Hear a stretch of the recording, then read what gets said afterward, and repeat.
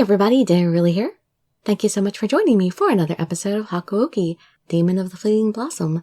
We are beginning Hajime Saito's route today, and in order to understand the full story, you really need to watch the whole playlist for this game in order because there are so many really long scenes that are common routes, and there's no way I'm rereading like 4 hours worth of material over and over again for each route.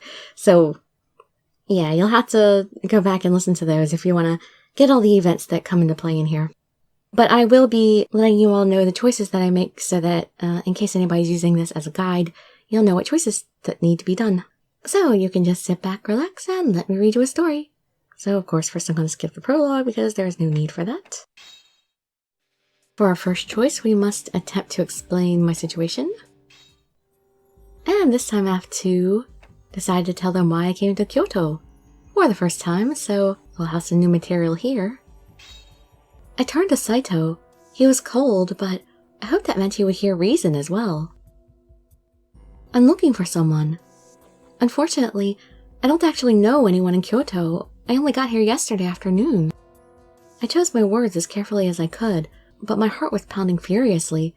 Saito tilted his head, eyes narrowed. Then, you are nothing more than a lone girl, looking for someone to help you. Yeah, well, Kyoto's not that safe for somebody wandering around on their own. Wait, what? A girl? You figured it out? A careful look is all it takes. You dress like a man, but you act like a girl. Ah, you're not a very good actress, Chizuru. You don't pay attention to the details, apparently. Really?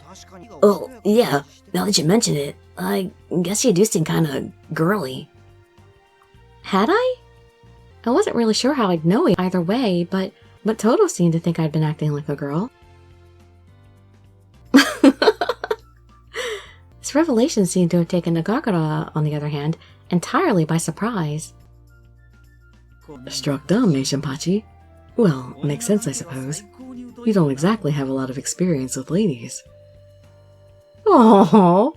He opened his mouth to respond to Harada's jibe when Saito cut him off. Let's go find Hijikata. You can explain yourself when we get everyone together. Oh, alright. He looked at me silently and nodded. I returned the gesture, unsure of what else I could do. Our next choice is to talk to someone. Here we must remain in the compound. Head to Ikeda Inn. And this time follow Saito, so here's some new material. I watched Harada and his men as they ran around toward the back of the inn and turned to Saito. Can I go with you, Saito? He glanced back at me, then quickly turned away. Stay behind me. If I must be impeded by your presence, then you can at least stay out of the path of my blade. He was even colder than usual, and I was suddenly aware of just how much of a burden I was. He just wants you to be protected, that's all. He doesn't want you to be in danger. I'm sorry. Perhaps I thought it would be best for me to simply stay put and be quiet, so as to cause no one any further trouble. I don't care to see you die, but it's not my job to protect you. He sounded annoyed, but it didn't seem like it was with me. He looked toward the inn, his eyes narrowed. We're going in. Men, follow me. With that, he charged into the Ikeda Inn. Ah!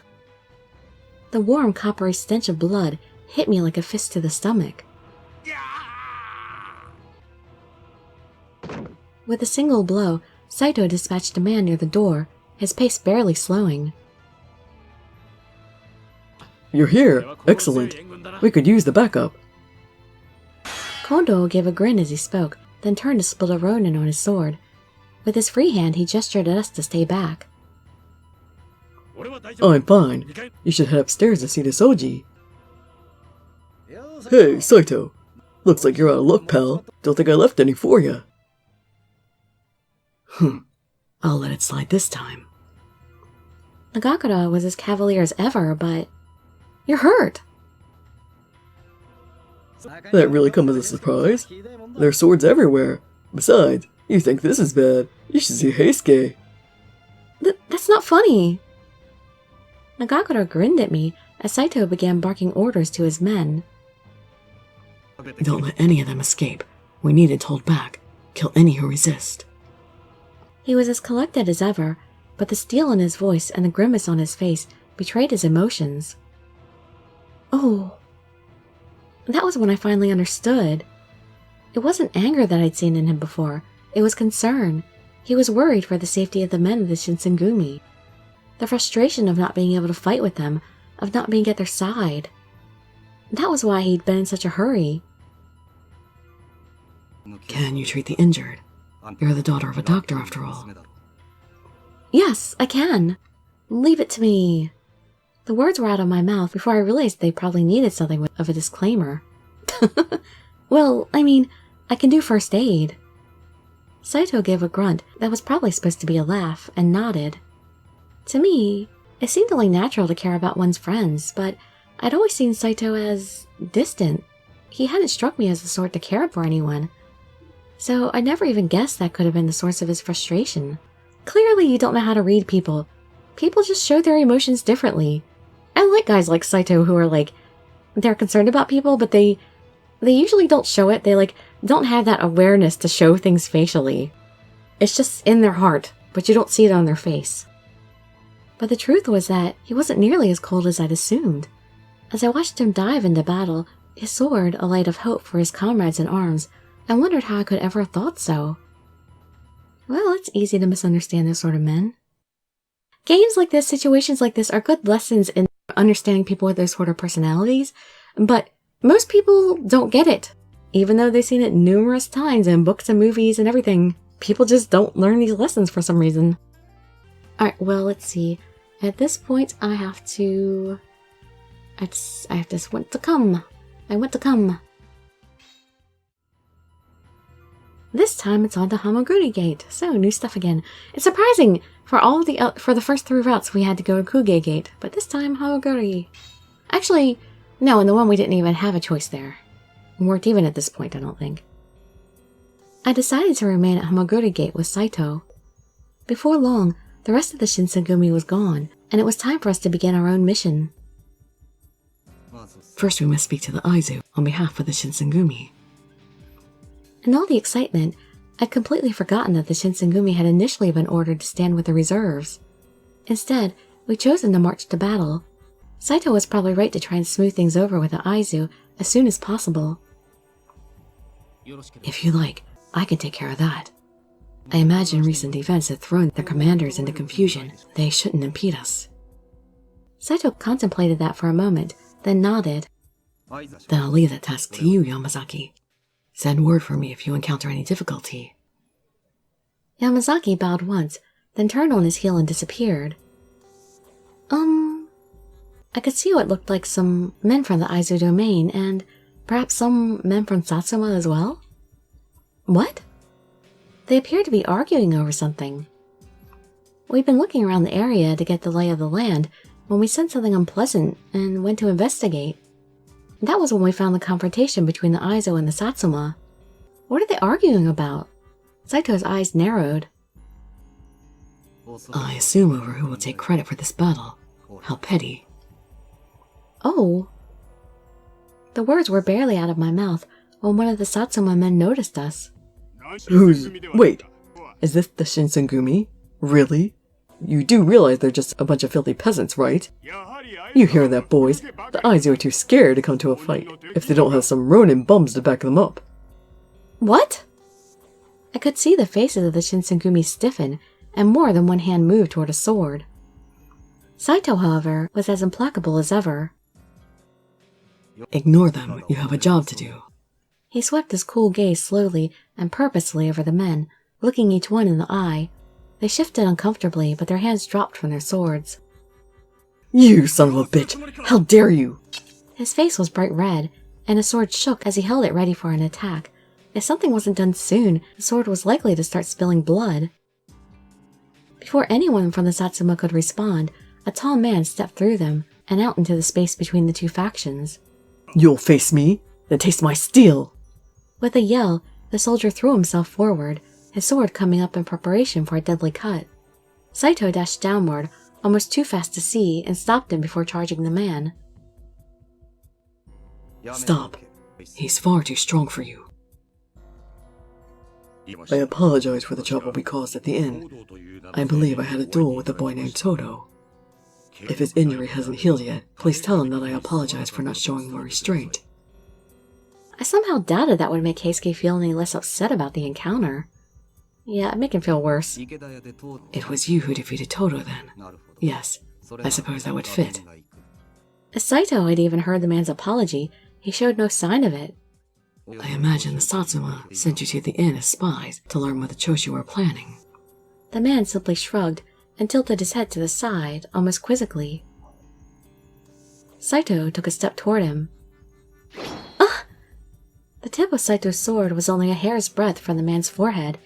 He'd drawn it so fast, I hadn't even seen the blur of silver as it left its scabbard. Unperturbed, the man glanced down at Saito. The Shinsengumi hasn't finished business with you. Not today, perhaps, but Toto will have his revenge. There was an undercurrent in Saito's voice of something I'd never heard from him. Anger. But I have no reason to fight the Shinsengumi today. He replied as calmly as if they had been enjoying tea together.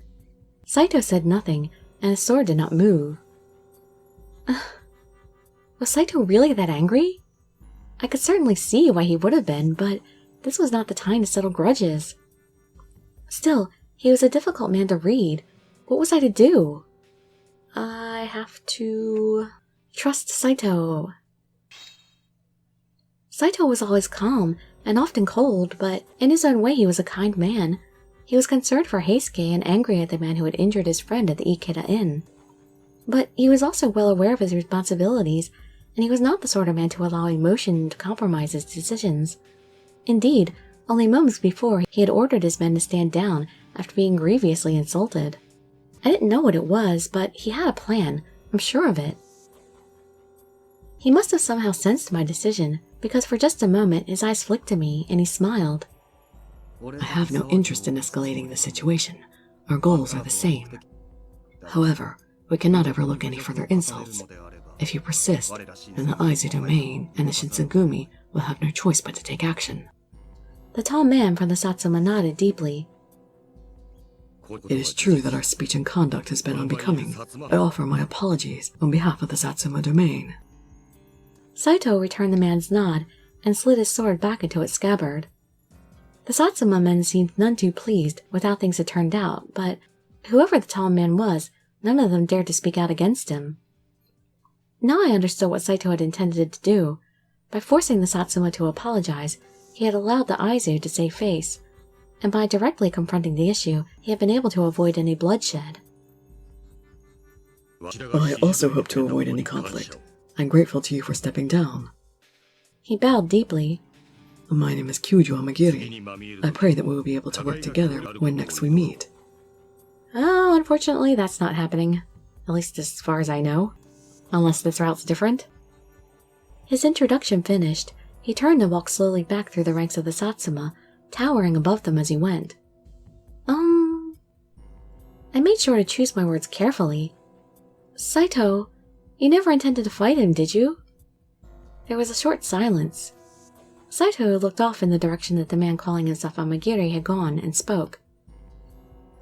I had hoped you would back down when given a display of my... Oh, you know what? Okay, now I see. It's not lie, it's EIE. Sorry, I was saying that wrong before. It looked like an L on my screen, but now I can see that it's actually an I at the beginning. But it would see me saw right through my ruse. Huh? Saito practiced EIE, a sword style focused on drawing a blade and striking in a single stroke. The man called Amagiri hadn't even tried to dodge his blow. Had he known that Saito intended to stop just before the blow landed? The Satsuma commands some very dangerous men. If they were not men of reason as well, we would already be dead. Yep, you don't know the half of it, babe. Those are demons you're up against. I wasn't sure if Saito was talking to me or to himself, and before I could ask, he had turned and walked away. We returned to the Hamaguri gate to await Yamazaki's return, but there was little else for us to do. With nothing to occupy our minds, the tension remained unabated. It seemed clear to me that the day the Satsuma and Aizu would call one another friend was a distant one indeed. Here I shall return to my room like a good little girl, and then go to the inner courtyard. The inner courtyard at night was cold, very cold. The air was still, and the whole place was utterly silent. It was hard to believe that the chaos of the common room had been only moments ago. I didn't notice how bad it was for him. Saito mumbled to himself, his words clearly not meant for me. No doubt we were continuing our research with the hope of giving him back his arm, but... An awkward silence filled the air between us. White clouds puffed out of our mouths. To think this is where he would end up. He looked as calm as ever, but something told me that even Saito had been affected by the night's events. Such was Sanin's importance. What's going to happen to him? As soon as I said it, I knew it would be a painful question to answer. It can't become public knowledge that a colonel in the Shinsengumi has gone mad. Better that he dies. What? My voice cracked, but Saito scarcely blinked. If I am called to, then I will kill who I must. It is as simple as that. I felt a chill that had nothing to do with the cool night air. If I'm called to, might he be called to kill me someday? Perhaps he was reminding me just how expendable I was. He's like Okita, but without the cheerfulness about it. I would prefer not to kill my comrades, if at all possible. It is difficult to imagine something more painful. The night I'd met Saito, I watched him kill a man he must have known without so much as blinking. I thought him cold at the time, but I realized how much pain he must have been in. The captains were close, much closer to one another than they were to the common soldiers. To be forced to kill a man who was not only your comrade in arms, but your friend. Could I be among their number someday? The people he considered comrades? Friends? I couldn't bring myself to ask, because I feared I already knew what his answer would be. Deep down I knew I wasn't one of them, and I never would be. Oh, how wrong you are. You'll be more important. For this choice, we have to want to remain here. This time we must cry for backup. I wasn't helping at all. I was utterly useless in a fight, and I knew it. What could I do then? There was only one thing. Yamazaki, we should go find Kondo. We cannot allow any further outside interference. I hope I can run faster than him. As he spoke, Amagiri took a step forward and stepped towards me. He stopped, just inches beyond the range of Saito's eye. Stay back, Chizuru. You are their objective. Do not make any sudden movements. Might we convince you to simply retreat? As at Hamaguri, I have no reason to fight you. Unfortunately, I have a reason to fight you. His voice was low and controlled, as always, but I thought I sensed a current of tension beneath it. As he spoke, Saito moved slowly to interdict Amagiri's approach. Was he protecting me? Well, he'll just say it was his duty, but yes, he is. You intend to stand in my way, then? Very well. Slowly, the giant man flexed his hands and settled into a fighting crouch. Saito's hand tightened on his sword. For several long moments, neither of them moved. The air was thick with barely contained intensity. I felt as if the earth were about to open up and swallow us whole. Seconds felt like hours as the two opponents regarded one another. Are we having a staring contest? A shadow drifted across the moon, and for a mere second, the street was filled with shadows. There was a blur of movement. When light returned, Saito and Amagiri stood some distance apart, backs to one another, as if they met for a single blow and continued forward. Yeah, that's probably what happened. A breath of wind, whether from their movement or from some other source I didn't know, stirred my hair. I had intended to end this with one strike. As had I. But you're both too good. Neither man looked the least bit surprised or concerned that his intended death blow had been avoided. Saito's eyes narrowed to piercing blue slits as he turned to face his opponent. Amagiri turned as well, matching Saito's intensity. They stood like that for a moment until Amagiri's glare softened. He didn't leave his fighting stance, but his arms dropped to his sides. Ah, finally on someone's route we get to be worried about Okita. Is that because Saito cares about him too? So he'd be happy that we cared about his friends? And this time we go around instead of catch up. So we should get a slightly different take on his illness this time, I think. I ducked under the narrow path that ran around the back, and in moments found myself at the courtyard. I hid myself in the shadows as best I could, and waited. No sooner had I finished than Okita and the doctor appeared. I'll be honest with you, Okita. You have tuberculosis. For just a second, my heart stopped.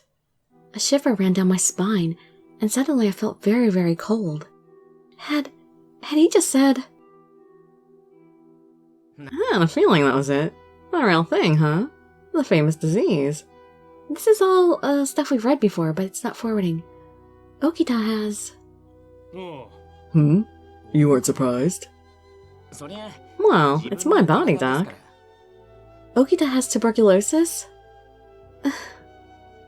It was all I could do to keep from screaming. My whole body shook. Gotta tell you though, I'm not really used to getting my health advice from doctors, you know. This isn't the laughing matter. Oh, don't let this fool you. I scared crapless, believe me. As he spoke, he flashed Dr. Matsumoto a quick grin. I was too stunned to make much sense of the rest of their conversation until the doctor said something that caught my attention. There's something else. Something I haven't been able to bring myself to tell her. Something told me that her was me. There's a rumor that Kodo is working for a group of extremists. Some of the Imperial Nationalist Ronin. How could I tell her that? The news of Okita's illness had me so scattered that I almost cried out at this new piece of intelligence. My hands were halfway to being clapped over my mouth when... There was suddenly someone behind me.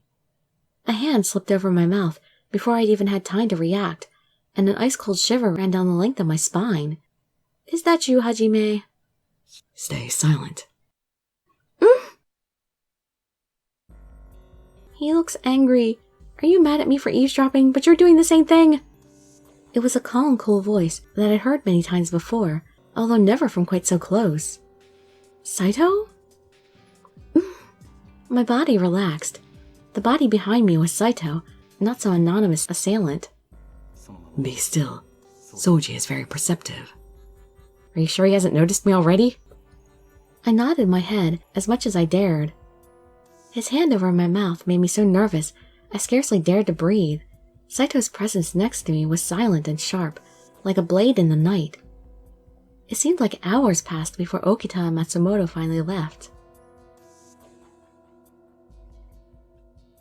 Too close. If it weren't for Saito, you'd have gotten into some real trouble. My eyes widened as Yamazaki stepped out from behind the trees. How long had he... No, something told me that would be a foolish question. He had probably been there the whole time. Man, how many people were eavesdropping on that conversation each of these times? Is anybody else here in this courtyard? Sorry.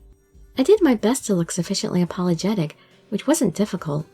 If you hadn't stopped me, Saito, I probably would have given myself away. No, it is I who should apologize for being so forward with you. Nonetheless, you followed orders, which is commendable. There was the briefest hint of a smile in his eyes as he spoke, and then it was gone. Apparently he likes obedience. Now, Soji. His face was a cool, serious mask once again.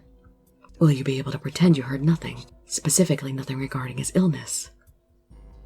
He wasn't asking me to keep my mouth shut per se, but rather to forget what I'd seen and heard had ever happened. But why? For Soji's pride? If word of his illness were to get out, it would be detrimental to the Shinsengumi. Ah, didn't even think of that. Our enemies would be elated, and the chief and commander would be miserable. He was right. Even I could understand that. But I didn't think I could forget the sight of Okita smiling, even as his death sentence was given to him. We will deal with his illness. This is nothing you need to concern yourself over. I had scarcely opened my mouth to speak when Saito cut me off. In other words, do not get involved. At the end of the day, I was still only a guest. Whatever influence I had on the Shinsengumi affairs was left to their discretion. Yes. I might live among the Shinsengumi, but I wasn't one of them. Saito's words had made that very clear. Suddenly I felt cold, as if a cold gust of wind had blown through, draining all the heat from my body. I was all alone. No, you have them all. They just want you to keep your distance a little bit. And we will make this next decision in the next video. So we'll be skipping a few more scenes, and then we should be getting to his main story, I believe. Usually the skipping's only the first video or so. Alright, so hope to see you there or on some of my other videos, and I'd be so grateful for any likes, comments, subscriptions, or shares with your friends to show some support. Thank you so much for joining me, and I wish you all health, happiness, and safety. Dirili signing out. Bye bye everybody.